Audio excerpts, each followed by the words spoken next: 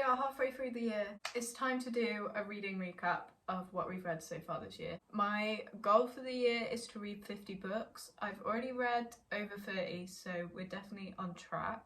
I think I'm gonna do them in order. We'll start in order and see how it goes. First book I read this year was June. I loved it. I absolutely adored the film. So then I asked for the book for Christmas and it took a while. It is a bit of a mammoth, but worth it. Next up, Elaine de Botton, Essays in Love. Worth it, loved it. I gotta say, we started the year strong because the next one is If We Were Villains, and this is another 5-star must read. It was phenomenal. I didn't expect to love it as much as I did. It completely blew me away. It was so funny as well, like reading them being at theatre school while being kind of at theatre school. If you like murder mystery, it's very dramatic, they're into Shakespeare. It's like dark academia vibes. Loved it. The next book I don't physically have because I borrowed it, so I'm going to put a picture. 84 Charing Cross Road. It's a really quick read. It's quite fun. It's probably not everyone's cups of tea because it's just like letters to and from, but it's this bookseller and like a book buyer, and it was really cute. Drive Your Plough Over the Bones of the Dead. This is a Polish novel. It is fascinating. I don't know how to describe it. Do you know, I was thinking, because I'm going to include like what I'm planning to read next at the end, and one of those is Where the Crawdads Sing. I want to reread this before the film comes out, and I was thinking if you like Where the Crawdads Sing, you might like Drive Your Plough Over the Bones of the Dead. It's a fascinating voice, fascinating choice of character. I love when they give you a point of view that isn't necessarily fully innocent, and that's all I'm going to say about it without spoiling it. Part of the reason for filming this now is my bookcase is heading home this weekend, but I'm still like making sure they go back in the same places because I don't like the layout of it, even though it's leaving in a few days. There's a nice little one. Women Don't Own You Pretty. It was fine. I'm trying to remember what I thought of it. I was glad I read it. We have our first series. This is a trilogy. This was the first time I bought all of a series in one go, and I was slightly nervous because normally YA I can enjoy, but it doesn't feel like, I don't know how to describe it. I tend to edge towards more challenging, let's say. The Good Girl's Guide to Murder trilogy. I devoured this. Like, I think I read all 3 in 3 days or something crazy. It's just so good, and like you just get so hooked in, and also each book was even better than the last. I was like, this is insane. So if anyone's making this into a live action and wants to cast me, I would love to play Pippa. That's all I'm saying. I really love these books, and I just feel she's such a fascinating character to explore from start to finish, from where she starts to where she ends up. Oh, like I would just love that. Anyway, like that's ever gonna happen. Next we have The House in the why do they have like really hard titles? The House in the Cerulean Sea. First up, I love it because it's got yellow edge. Do you know what? Worth it. It was a really heartwarming story, and the description of the island is exquisite. I was blown away, so worth it. But it's not one of my top reads, is all. Next one was another one I borrowed, The Thursday Murder Club. Definitely worth it, loved it. I want to read the next. Is the third one out yet? I don't know. I definitely want to read the second one and then the third one when it's out. We have my first did not finish. I don't know since when. It is so rare that I cannot finish a book because I'm normally so intrigued. The Changeling, it's just not my cup of tea, and someone googled the ending for me and then I read the last page and I was like, yeah, no, like it's just not worth it to me. It's slightly weird. If you're into horror, you might like it. But this next one, my expectations were so high. Like I'd wanted to read this for so long. The Invisible Life of Addie LaRue. Yes, 100% worth it. I loved it. The way it's written, it's just beautiful. The story, everything, loved it. Highly recommend. Next one was one I borrowed, The List That Changed My Life. It was a fun little read. Nothing game-changing, but it was like a nice chick flick. You know when you're in the mood to just watch something light and funny? That kind of mood. On the complete opposite end of the spectrum, Papillon. I still cannot believe this is a true story. The way he writes is fascinating. What he goes through... This was such a mammoth to get through and it took me a while, but it was so rewarding. It is 100% worth it. Yes. Things we don't talk about, not worth it. I'm sorry, it doesn't say anything new. I can't really believe it was published. That's what I'm gonna say. However, this book, Piranesi, it is phenomenal. It is so unique, so new. You sort of have to accept it for what it is at the start, but it's only short, so it's quick to get through as well, and it's just stunning. Yes, worth it, loved it. Then we have Normal People by Sally Rooney. I get the hype around Sally Rooney, and I liked it, but it just, I finished it and I felt a bit sad, was all. And that was why I'm like still a little undecided about it, because I like get it, but it just made me sad. This isn't in order, but Conversations with Friends, I then like wanted to read this one to see if it could help me decide. And I just, you know, this one impressed me because I disagree with everything that happens in this book, but I can really appreciate her writing of it.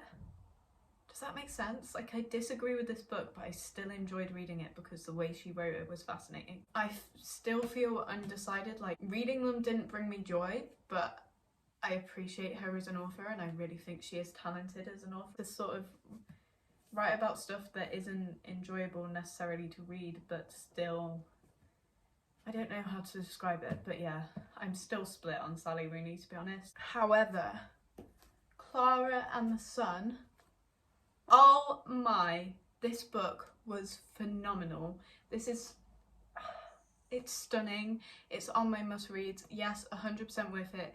100% recommend. I think everyone can learn something from this book. Then On Earth We're Briefly Gorgeous. This is so beautifully written. Gorgeous author. Next up we have a classic, What We Talk About When We Talk About Love. I adored this book. I will be coming back to this book. It's a bunch of short stories about love in different forms. Loved it. Gonna reread it all the time, I think. 20,000 Leagues Under the Sea. So fun. And also I enjoyed it because I got some of the references from Once Upon a Time, finally. If you've seen Once Upon a Time, there's a bit with Captain Hook and this comes into it. And like, I kind of got it before, but now like I understand it and I'm like, that's cool. Next one I've actually lent to someone, and that is Get a Life, Chloe Brown. I'm so annoyed I didn't buy the second book when I bought the first one. I loved it. It's again like one of those that's just like a cute chick flick type read. But what I loved about it was I didn't realise she had fibro. I was like,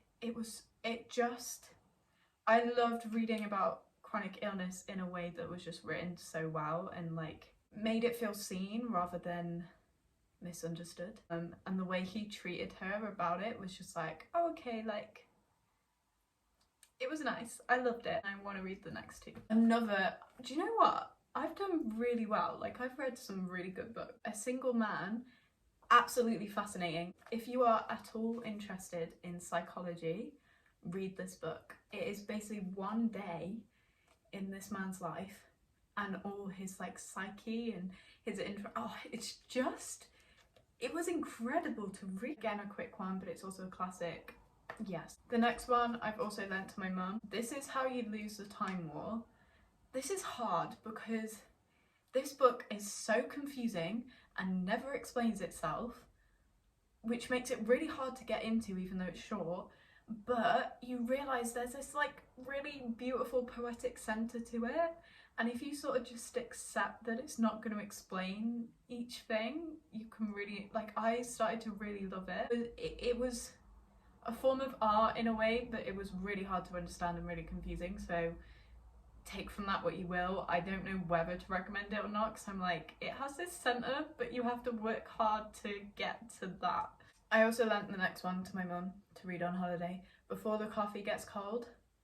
Amazing, such a good little story, and it's split into 4, so if you like short stories it breaks it down quite well. A Movable Feast by Hemingway. This is the first Hemingway I've read. I loved it. I love Paris, so this was really easy for me to read. Also, the stuff about F. Scott Fitzgerald is so intriguing to me. It's a true story. It's about him living in Paris and I loved it. We have another fun chick flick rom-com, Book Clubbers. Now, a lot of book talk books I just cannot get on with. Writing style is not for me. However, this book I actually really enjoyed, and now I'm sad I didn't catch on to Emily Henry earlier because her book Beach Read was huge last summer, so I will definitely be reading that over the summer, hopefully. This one I also love. They're book editors, so that's really fun because you get like the reader style, and it was just, oh, I loved it. It was one of those, it's like a rom-com film that you can't get sick of. This is another must-read for me. A Man Called Ove. This book has my heart. It literally like, it messes with your heart though, as a warning. It is heart-wrenching. It's from the point of view of this grumpy old man. I have no words. Like, this book is just incredible through and through, and I want everyone to experience what I felt going through this book. This is another book I'm slightly split on. How to Kill Your Family. It wasn't what I expected, for one. I enjoyed it. Again, with the drive your plow and where the crawdads sing, I like when they give you that like not 100% innocent point of view, because it like, it's intriguing to read. The way it ended has me confused. I'm not sure how I feel about the ending, but I'm also not sure how I would feel if it ended how I kind of wanted it to end. And yeah, I feel like if you like true crime shows and that sort of stuff, you'd enjoy this book. We have one more classic, that is The Diary of a Nobody. This was a really fun read. It literally is a guy's diary, and he's just like this average guy, and he's like, why wouldn't anyone want to read about every day? It's short, it's fun, it's got illustrations in it. It's like their version of a reality TV, I guess. The next one I read, I also borrowed, and that is Not a Fan. Highly recommend. So glad I read it. If you're a Christian, read it. It's really challenging and really good. I have been working my way through the sonnet. I really enjoy them, but I mean, it's Shakespeare, so he's famous for a reason, you know? I've just been working my way through slowly because they're a bit intense if you read them all at once. I am currently reading Love in Colour by Bolu Babilola. I hope that's how you say that name. What an amazing name. This book, wow, this is for sure a 5-star must read. Absolutely love it. The way she writes about love is incredible. It just, yes, I am absolutely adoring this, and part of me doesn't want it to end. It's a collection of short stories. If you like short stories, read it. If you're just human, read it. Brings me to my to-be-reads. Great Circle by Maggie Shipstead. I have been seeing this everywhere. Shortlisted for Women's Prize, so it's been everywhere. Waterstone's Instagram is posting it like crazy. So I'm very excited to read this. It's about something about a female pilot flying across the world, and then decades later an actress playing her, and it switches between the two, so I think that's going to be really interesting. The winner of the Booker Prize last year, The Promise. Cannot wait to read this. To the Lighthouse, I really want to read Virginia Woolf. This seems like a decent one to start with. Sorrow and Bliss, Meg Mason. Again, one I've been seeing everywhere, and I'm excited to read. The ones I'll be reading next. My birthday's on Monday, so I think I might receive a few new ones then.